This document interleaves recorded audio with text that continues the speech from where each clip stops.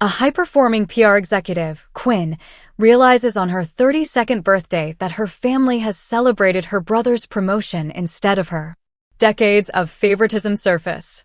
She refuses to fund her brother's event with her bonus, confronts her parents with evidence of neglect, and chooses herself, a lake house, healthier boundaries, chosen family.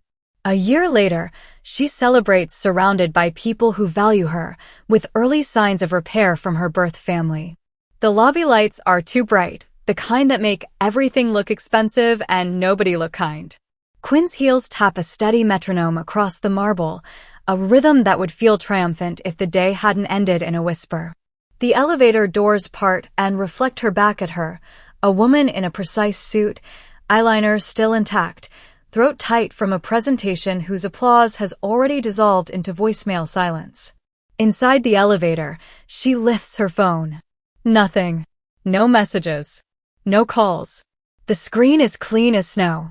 The doors slide shut, her reflection doubles and doubles until she looks like a chorus line of women performing competence. When the apartment door clicks open, the smell of lemon polish and eucalyptus meets her first. Then the cake. It waits on the coffee table in its bakery box, a single candle standing like a flag on the moon. She sets her briefcase down too carefully, as if sound itself might betray something she isn't ready to feel. Happy birthday, she says, barely above the hum of the refrigerator. She doesn't light the candle. She doesn't have an audience. She tries Gmail, fails intentionally, and opens social instead. The first photo freezes her. Champagne. A banner.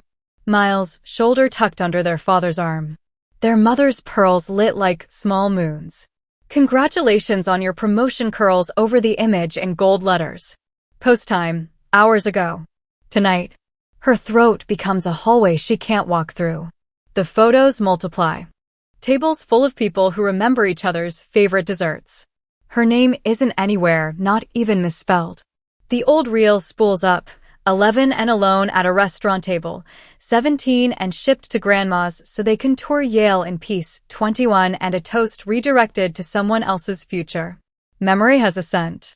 Tonight it smells like whipped frosting and the coldest part of a refrigerator. An email blooms in the corner of her screen. Bonus approved. 82,000.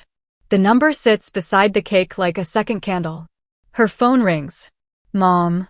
A small, traitorous relief breaks like foam and disappears. Quinn, darling, I've been meaning to catch you. Quick thing. Miles and Jessica's anniversary. You're so talented with. You know. A pause opens when Quinn says, today is my birthday. The silence is not disbelief, but bookkeeping. Then the line, with Miles' big promotion, it slipped, of course it did. When the call ends, the room is so quiet she can hear the building exhale. She places the phone face down. Her fingers rest on the laptop keys, but do not type. Something in her has changed angles, like a painting straightened after years of hanging crooked. She stands, crosses to the window, and looks out at the black pane of the city. In the glass, her outline steadies. She doesn't blow out a candle. She makes a decision. The decision is not fireworks. It's a lock turning. It's a door that only swings one way. Tomorrow, she will still be Quinn Edwards, PR executive. But by nightfall, there will be a second Quinn, the one who buys something that cannot be taken from her. The cake remains uncut. The night continues without permission. By midweek, the city is all glass and hurry. In the conference room, graphs climb. In the group chat she wasn't meant to see, numbers are assigned to her like chores. At least 20,000, her father types. She just got that bonus. Time she supports the family for once, her mother adds, the economy of the sentence revealing more than intended. Her name is spelled wrong in the thread. One N. She stares at the missing letter as if it's a door that was never installed. Jennifer leans in the doorway, curls haloed by hallway light. You've got that face, she says. The one that means your family is being your family. Quinn turns the laptop toward her. They want me to fund an anniversary party. Also, Miles pulled Regentech's CMO into a meeting for his firm. Again. Jennifer's mouth flattens. So he raids your contacts and invoices you with guilt. She points to the misspelling. And that? That's the whole childhood right there. Lawrence stops by with news delivered like a prize. Revenue spikes, bored adjectives, the soft respect of someone who reads outcomes better than excuses. You earned every cent, he says, tapping the folder. It should feel like balm.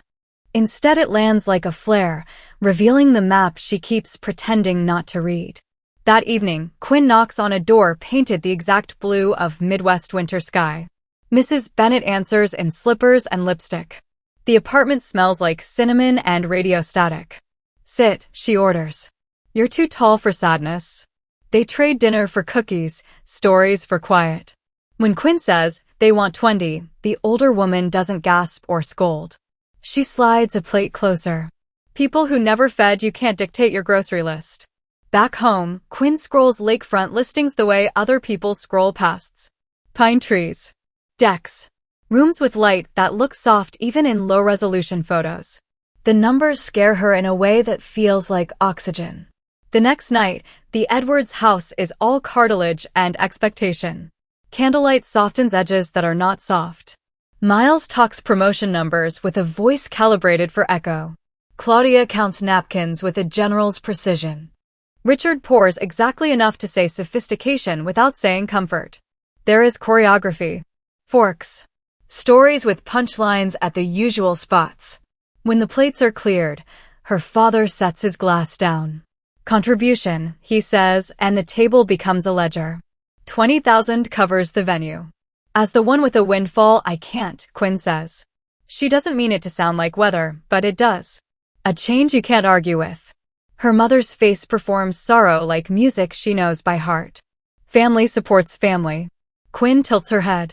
When you say family, who is that? A long time ago, this is where she'd fold. Apologize. Offer 10. Offer more. Instead, she thinks of decks and pine and a room with a chair facing water. I have other plans, she says. Silence. Then Richard's voice lower. What plans could possibly outrank your brother? My future. The word is so small the room has to bend to hear it. She leaves without slamming anything. The front door closes like a period at the end of a sentence written years ago. In the car, her hands shake. Not from fear. From momentum. The building's automatic doors part and her father strides into her workplace as if equity belongs to posture. Heads lift. Keyboards hesitate. Quinn meets him halfway, not to greet, but to protect the perimeter. This is my office, she says, one end carefully kept to herself. This is where professionals honor obligations. His voice carries just enough to find spectators. She steers him into a small conference room. Glass walls, her least favorite metaphor. You don't get to raise your voice here. We missed one birthday, he says, checking his watch, and now you're punishing us? The client hotline flashes red on her desk outside. She feels the tug in two directions and chooses the one that will pay her rent and her therapist. I have a crisis to manage. We're not finished, he says. I am, she replies, and walks out to earn $3 million worth of grace from a client who will remember her name correctly. By 8, her inbox holds words like brilliant and clutch and saved. Her phone holds messages like call me now and fix this. The contrast is instructional. Thursday, she stands in a kitchen that still smells like someone else's spices. The realtor's voice is bright with selling, motivated sellers, winter coming, lakes don't wait. Quinn steps onto a deck where the boards give slightly, as if greeting. The water is a sheet of hammered metal, the sky a bowl. She can hear her breath in her own ears. Don't you want to bring your family? The realtor asks. No, Quinn answers, and means it with her whole life. This is for me. The approval lands faster than guilt. Signatures become muscle memory. The keys are oddly light. She gives one to Mrs. Bennet, who cries exactly once and then demands to see the pantry. Weekends become a choreography of paint and quiet. She chooses sage for the exterior because it looks like permission. She hangs frames with photos where she is not a background extra. She buys a chair for the bedroom and puts it by the window like an altar to mornings. She invites the people who say her name like a sentence that ends in a period, not a question mark. Jennifer brings a plant that will survive her learning curve. Greg brings wine older than her worst memory. Mrs. Bennet arrives last with a quilt stitched from sky and lake. Every house needs something made by love, she says, smoothing a corner. Even if you bought the house yourself.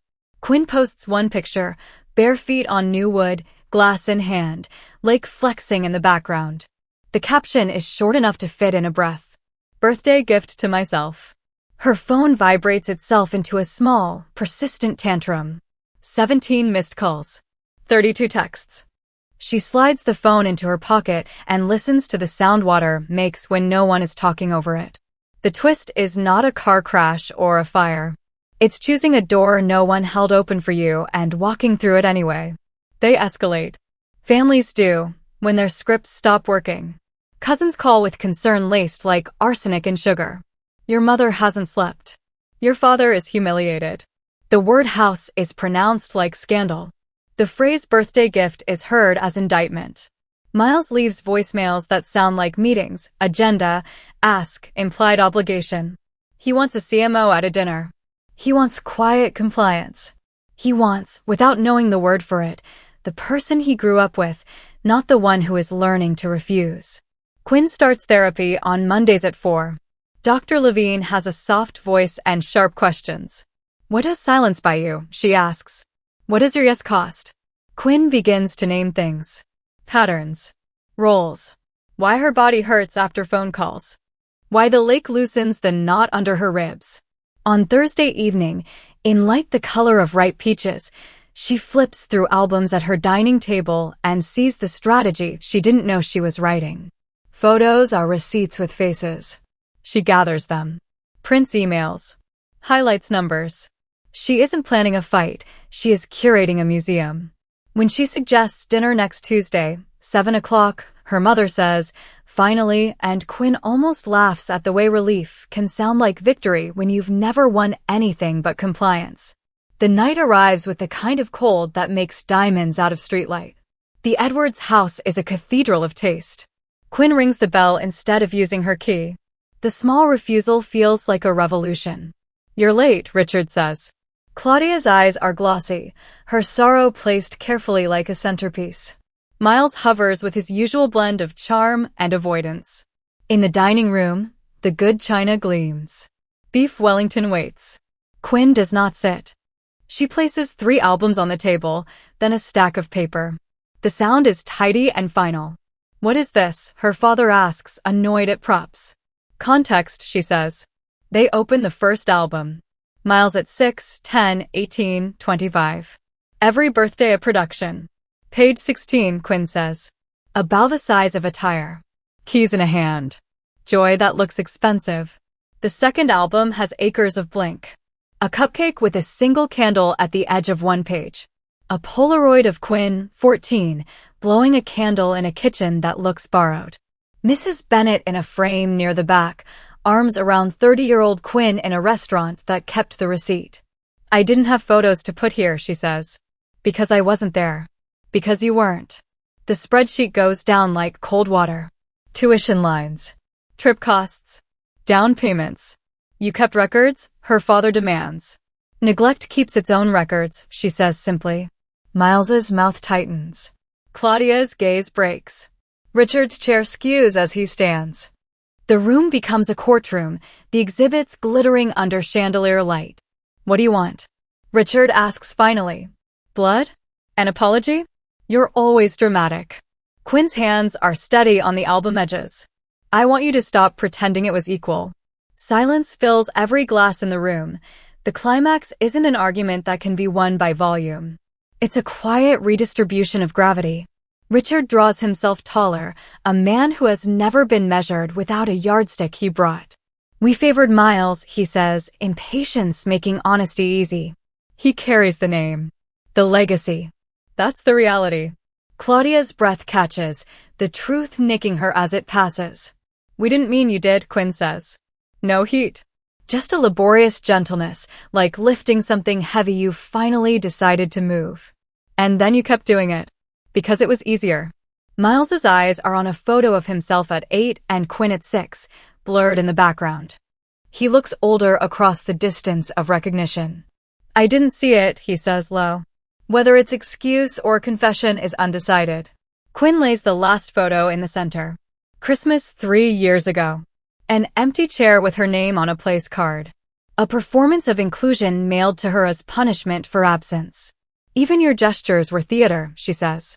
I was always a prop or a problem. Richard reaches for authority the way some people reach for sugar. Sell the house. Come to dinner. Rejoin the family. We can fix this. Fix is how they say rewind. Quinn slides the albums toward them. I'm not here for repair. She inhales. The air tastes like steel and something warmer beneath it. I'm here to end a contract I never signed. Claudia's face trembles around a habit. We love you. You love the idea of yourself as loving parents, Quinn says. Not cruel, just accurate. Which is not the same thing. The words land without echo. She gathers her bag. The albums stay. Evidence belongs with the accused. Where are you going? Richard asks, not because he doesn't know, but because control often asks questions with obvious answers. Home, she says. At the door, she pauses. Not for approval, but ceremony. If you ever want to start over, you'll come to me with something real.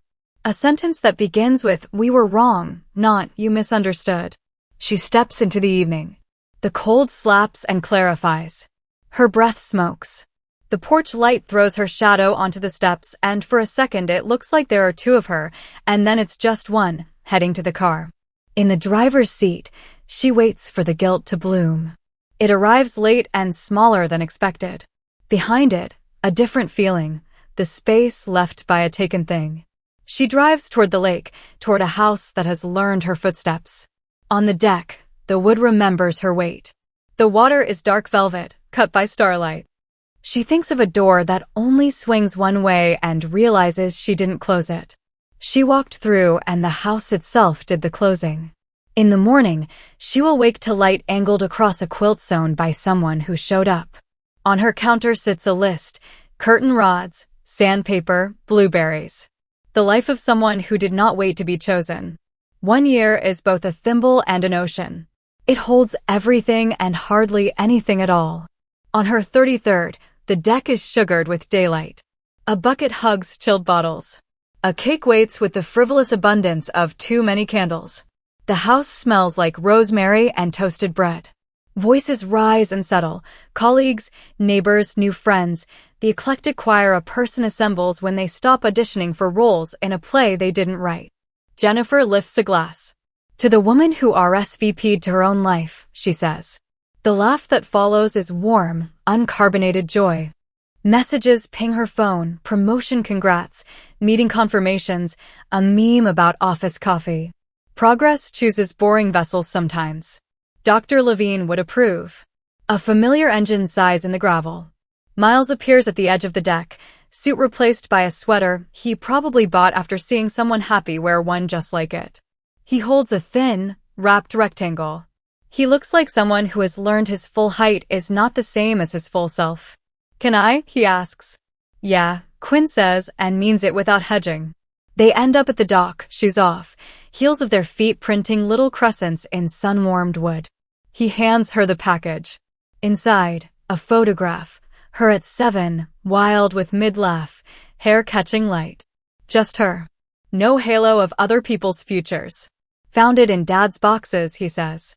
Had it restored. He waits, an apology held between his teeth and his tongue. It's not an eraser, she says, thumb on the glass. But it's something. Yeah, he says. It's something. He doesn't bring up the house. He doesn't ask about the money. He asks if the water gets warm enough to swim in July. They talk about neutral things that aren't neutral. Weather, small boats. Whether the goals are obnoxious or secretly charming. Things people say when they're building a new language. As dusk leans in, a car door shuts again. Claudia stands on the porch, a bakery box small as a confession in her hands. Her makeup is less careful. Or her sorrow is more honest. I brought carrot cake, she says, voice thinner than pride. You always liked that. The sentence arrives with the correct tense. Past, acknowledged. Present, offered. Quinn steps aside. There's coffee, she says. And people who will like you if you let them. Claudia's shoulders drop half an inch. The box opens. A single candle winks. No speeches. No rewrite of history muttered into frosting. Just the quiet work of plates and forks. Later, the house exhales guests into the night. Miles leaves with a wave like a promise. Claudia lingers at the door. "We started therapy," she says. "Your father, he's slower." "I am trying." She searches Quinn's face, not for permission, but for comprehension.